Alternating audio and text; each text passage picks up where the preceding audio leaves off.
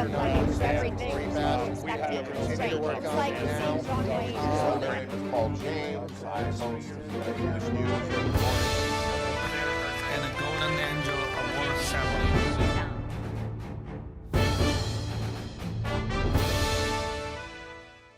Hello, dear friends, my lovely audience, and welcome to the East-West show that is exclusively sponsored by Wolfers, the Belgian royal family designated brand of jewelry with 400 years of glorious history and hand-forged by 10 generations of the number one craftsman on the global earth. Together, the name Wolfers stands as a testimony to the spectacular and a share of the royal glory. Back to the show. Today with me on the pandemic update is still my dear friend who I trust a lot, who I respect a lot, Mr. Ken Hemming. Welcome back to the show. This is where I belong, Jack, with you and your viewers. Thank you for letting me be here. Sure. We moved from bi-weekly to weekly. Yeah. And from weekly, we're doing that, what is that, bi-daily. I don't know, whatever. Every other hour. Probably. But there's enough going on. It's not a bad thing to do. Right. Along with the titan of the situation, we probably end up on a daily basis. Who knows? Who knows? However, one thing is confirmed that I respect this gentleman with a heart that's bigger than his trunk, loving the community. It's true. And he offered to stay with me during the entire process of pandemic. This morning I learned from Pope Francis that he made a special prayer for the media workers. Oh, good. And he says, Good. I hope you join me in praying for those who choose to be active at work during the pandemic to bring information to us so that we are no longer lonesome. And he prayed for you, therefore. That's a quote unquote. No, that's right? good. That's very Right, good. And I believe that prayer includes for my friend Ken Hemming and for me, myself, and my colleague and my team. I certainly hope so. Because this is really important. You know, we've praised truck drivers and mailmen and healthcare workers, but there are other essential activities, and that's the spreading of knowledge and opinions, which is what you lead us on. A few times ago, I mentioned with my friend Ken Hemming that the last time when we were hit by an earthquake, and there was some moment taken by cameras of the of news media at their studios. Yeah. And some even showing the rock of the of their lighting system. Yeah. Right. And everybody stayed maintained on the job, even with a smile. But Jack, I will say this. There was one guy on NBC, I know him, okay, handsome blonde guy, and he dove under his desk when that happened. And that was a very famous deal. And he still kept talking. Yeah, but he kept talking. But then he got back up. All right, it was hilarious, but scary. Kept talking. Scary. And that day and ever after, I never thought someday I become one of them. Well, you know. And along with me is my friend Ken Hemming, who I never thought could go side by side with me through the pandemic. I hope that we both make it. We hope we do. And if not, I'm going to heaven. No problem. Oh, anyway, like I said the last time, that now that you die only once, right? You only die once. Why don't you die gloriously? That's right. Yeah. Right? But we're going to survive gloriously. Why don't you die in a way that people could remember you? With honor. With honor. Right? With honor, something like exactly. that. Anyway, it's not that big.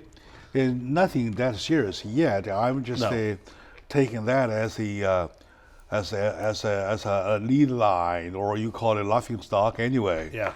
It's your commitment. Yeah, it's a commitment anyway. When you are committed to a job, better do it, right? Okay, That's right.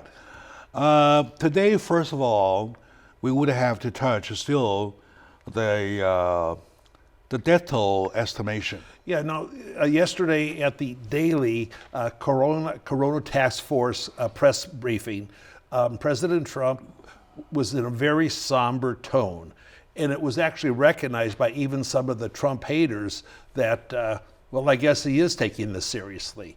And then, you know, when they come up with these, I think so many of the questions that is asked to the doctors in Trump and that are kind of stupid because they're all trying to say, well, exactly how many people are going to die. Nobody knows. It changes by the hour. I mean, reality is the only way we'll find out an answer.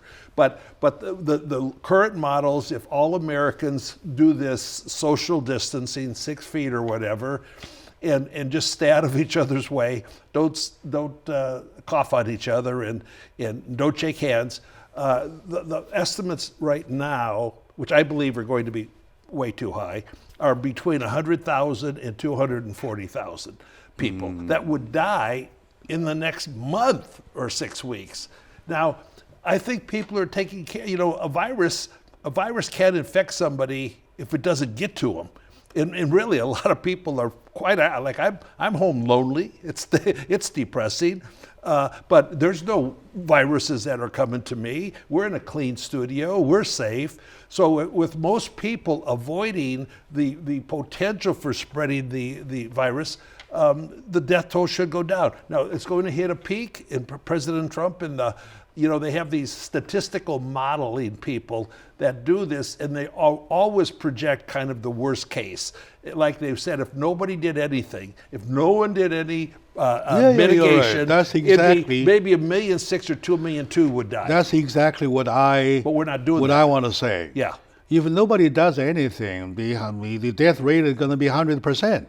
Well, no, Anyway. no, not 100, no, not at all. Only, it's going to be under 1% of people that get the virus, Jack, that's going to die, okay? I know. Right. I mean, what I disagree, Yeah. of course, first I should say I respect their hard work, Yeah, we're not doctors. right? We're not fighting with them, Yeah. who, the researchers, the doctors or whoever, those great guy Right. who put a number together Right. to give us for a reference. They're doing their best. On the positive side, though, they put us a thread, Yeah. right, which will probably deter you. Excuse me. Bless Due you. to the deter, you'll probably be forced at home, which in the long run will affect, in a positive will affect way. it. Yeah, it will. In a positive way. And it's doing it. However, if you want to make some assumption, you make the assumption not on a fixed assets.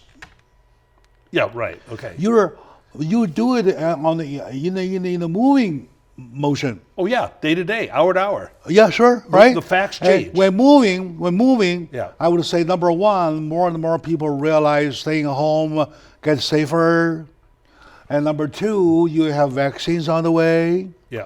Number three, you have new medication on the way. Number four, It's you coming. have the already known medication to be discovered to Right. be used for this way. And testing kits are great now. And then you get more supplies of ventilator on the way. Yep. And the sixth, you get more supplies of face mask or whatsoever on the way. Right.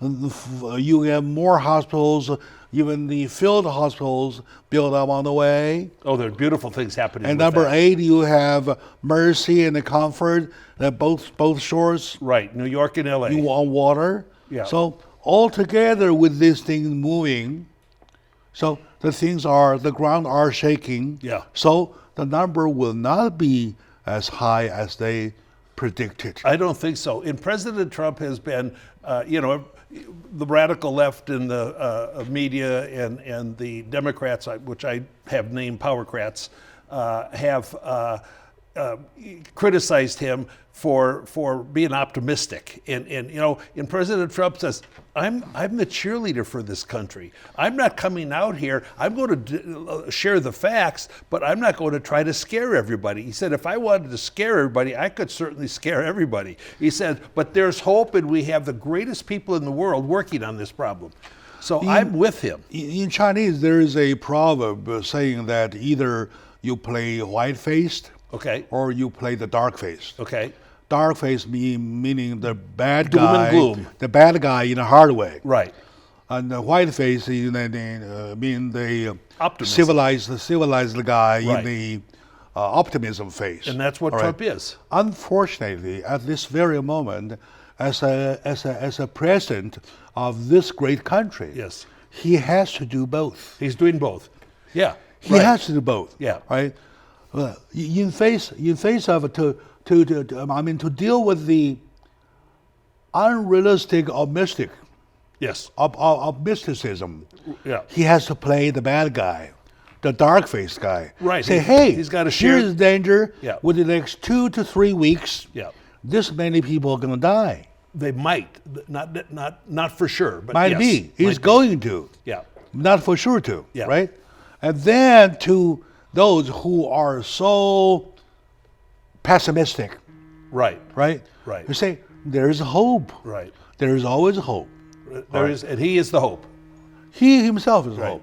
Okay, my dear friends, I would have to take a small moment out.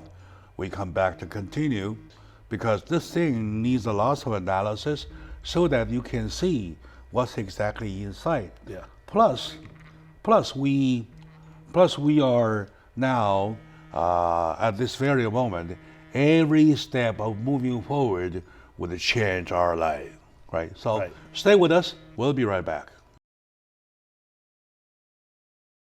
Le bijou icône de Philippe Wolfers qui date de 1902.